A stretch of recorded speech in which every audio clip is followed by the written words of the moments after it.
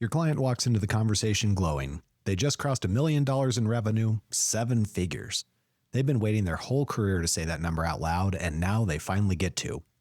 And here's the uncomfortable thing that you might be the only person in their life willing to tell them. A 7-figure business that keeps 6 cents on the dollar is in worse shape than a $300,000 business that keeps 30. One of those owners is exhausted, over-leveraged, and one bad quarter away from the whole thing falling apart. The other one is free. And from the outside on Instagram, the exhausted one looks like the winner. Revenue is the number creators love to brag about. It's the number on the screenshot, the number in the launch recap, the number that gets the applause. It's also the number that tells you almost nothing about whether the business actually works.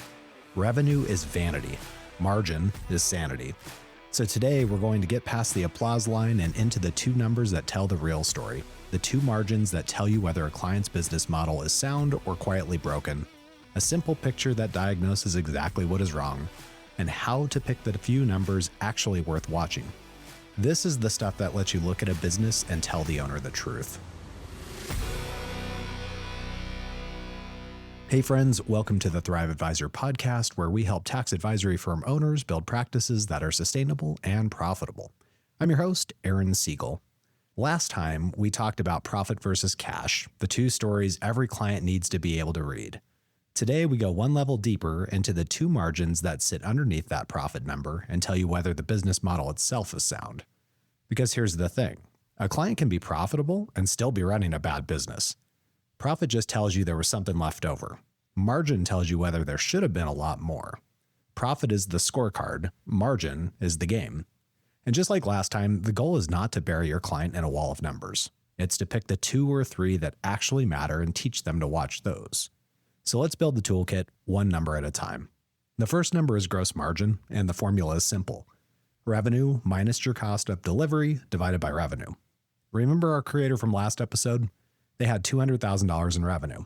Their cost of delivery, the platform fees, the payment processing, the affiliate payouts, the contractor who edited the content came to $50,000. So their gross profit was $150,000. And their gross margin is that $150,000 divided by the $200,000 in revenue, which is 75%. Here's what that number tells you, and it's really the only thing it tells you. It tells you whether your pricing and your cost to deliver are in the right relationship. That's it. A high gross margin means every sale leaves you real room to run the business and still make a profit. A low gross margin means you're working incredibly hard to deliver something that barely leaves anything behind once you have delivered it, and no amount of hustle on the sales side ever fixes that. If the gross margin is broken, the model is broken. Hold on to that because it's the most important corner of the map I'm about to draw for you. Let me make the difference real. Our creator at a 75% gross margin keeps $750 out of every $1,000 in sales to run the business and pay themselves. Now, picture a different client, someone running a done-for-you service where every single project eats a freelancer, a designer, and 40 hours of their own time. They might be pulling in that same $1,000 per sell, but they're spending $700 to deliver it.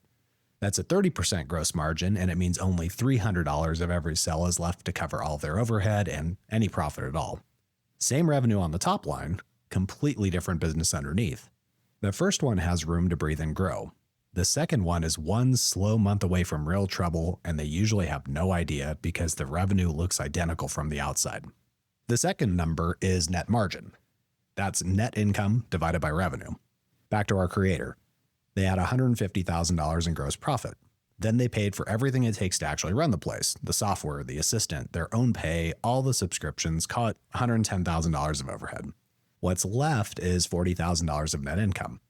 So their net margin is $40,000 divided by $200,000, which is 20%. Net margin is what is actually left after absolutely everything. And here's the relationship I want you to teach your clients to see because it's where the diagnosis lives. The gap between gross margin and net margin is the overhead story. Our creator had a 75% gross margin and a 20% net margin. That 55-point gap is everything it costs to run the business. When that gap is healthy and stable, the business hums. When that gap starts widening for no good reason, something in the cost of running the place is getting out of control. And it almost always creeps in slowly. A new software subscription here, a contractor who quietly became permanent there, a tool they signed up for during a launch and forgot to cancel. None of it feels like a big decision in the moment, which is exactly why the gap widens without anyone noticing. The owner is still making sales, they still feel busy and productive, and they can't understand why less and less is landing on the bottom line.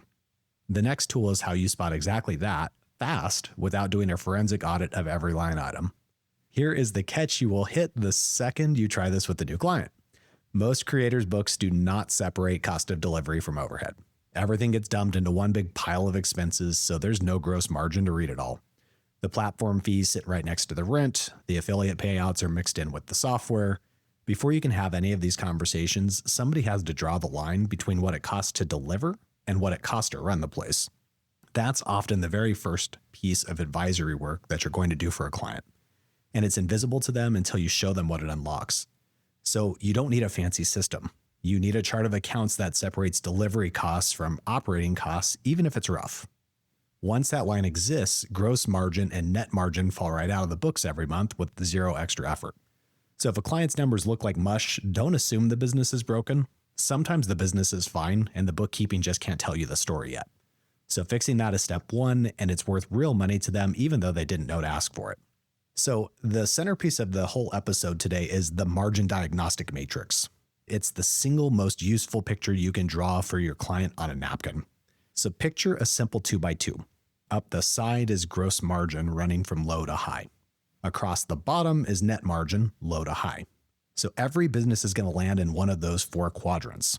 And the box it lands in is going to tell you what's wrong and what to do about it. So at the very top right, we've got high gross margin and high net margin. This is your healthy business. Pricing's right, delivery's efficient, overhead's under control. If your client lands here, your job is to help them protect it and grow it without breaking what's working. And don't skip past the box just because nothing's on fire. The healthy client is where you do your best advisory work because the conversation finally moves from survival to strategy. Retirement contributions that actually move the needle. An entity election that makes sense at this profit level. Reinvesting into the business on purpose instead of by accident.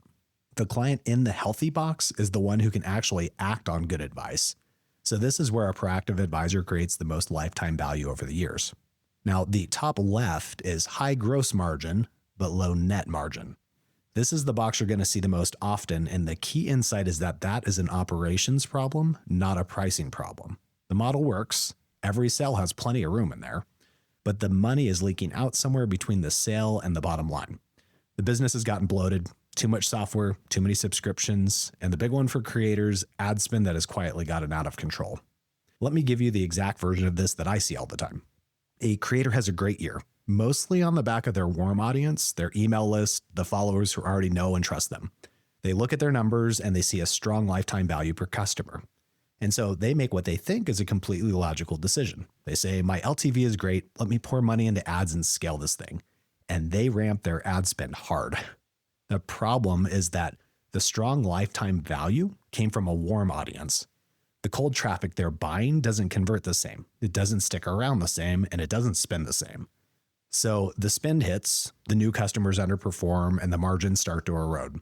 Gross margin still looks fine because the cost to deliver didn't change, but the net margin is quietly collapsing because they're now spending a fortune to acquire customers who are worth a fraction of what they assumed. And the worst version is the cash trap hiding underneath it. So they put $100 into ads.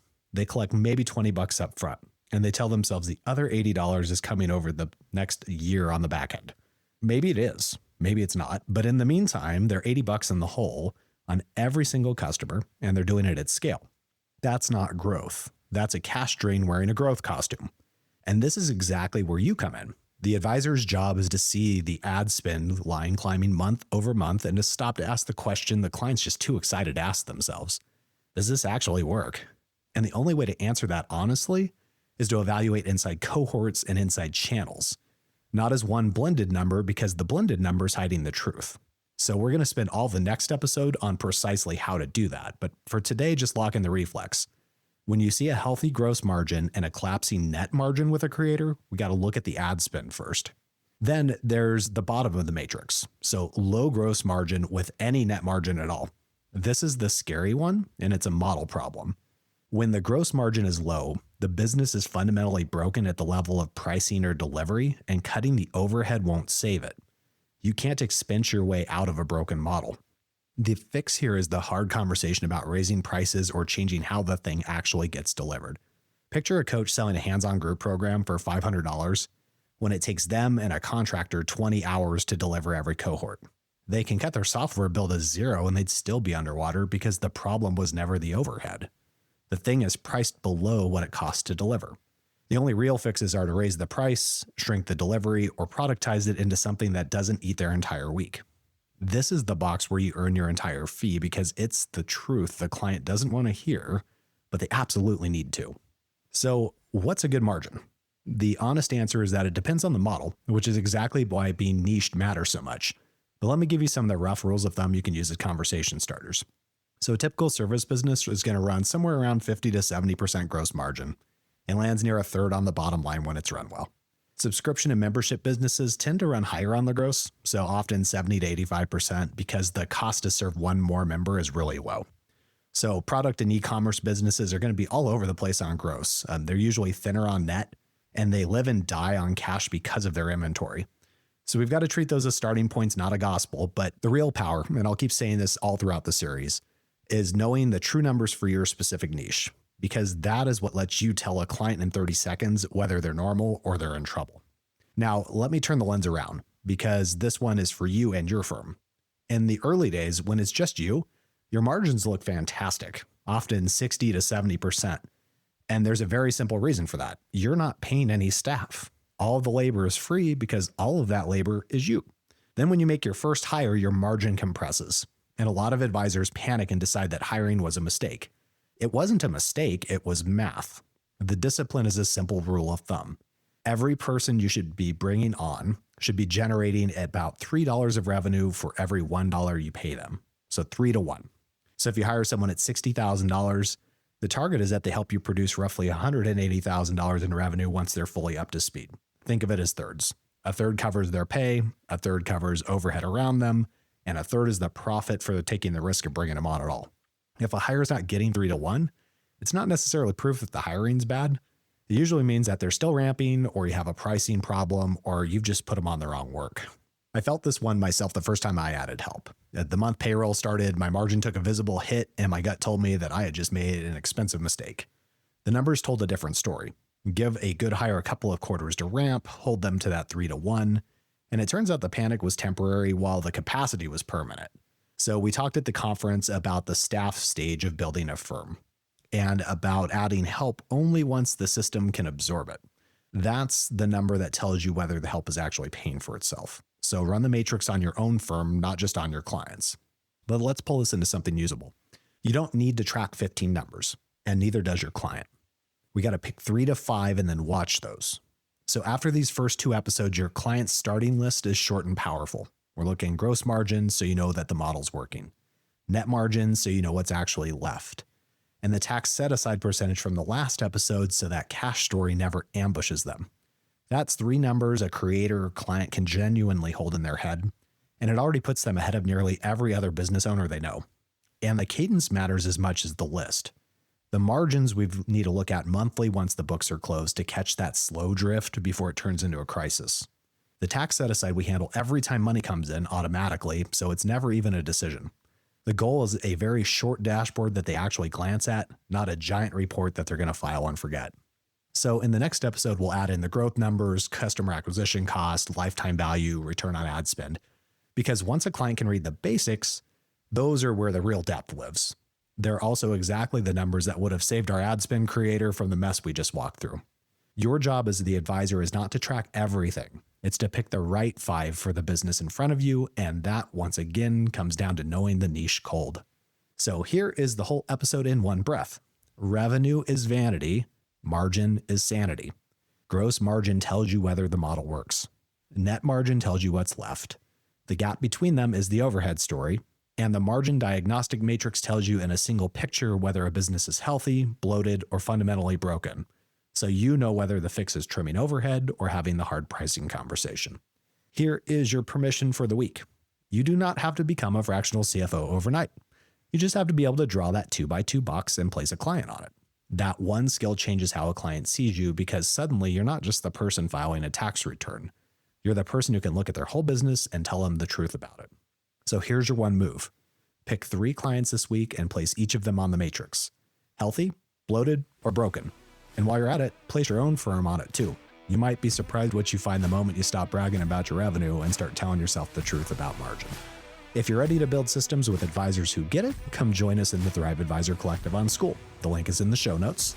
If this sparked a light bulb for you, share this episode with another advisor who's tired of watching clients brag about revenue while their margins quietly fall apart. You've been listening to the Thrive Advisor podcast. Work smarter, serve better, thrive always. We'll see you next time.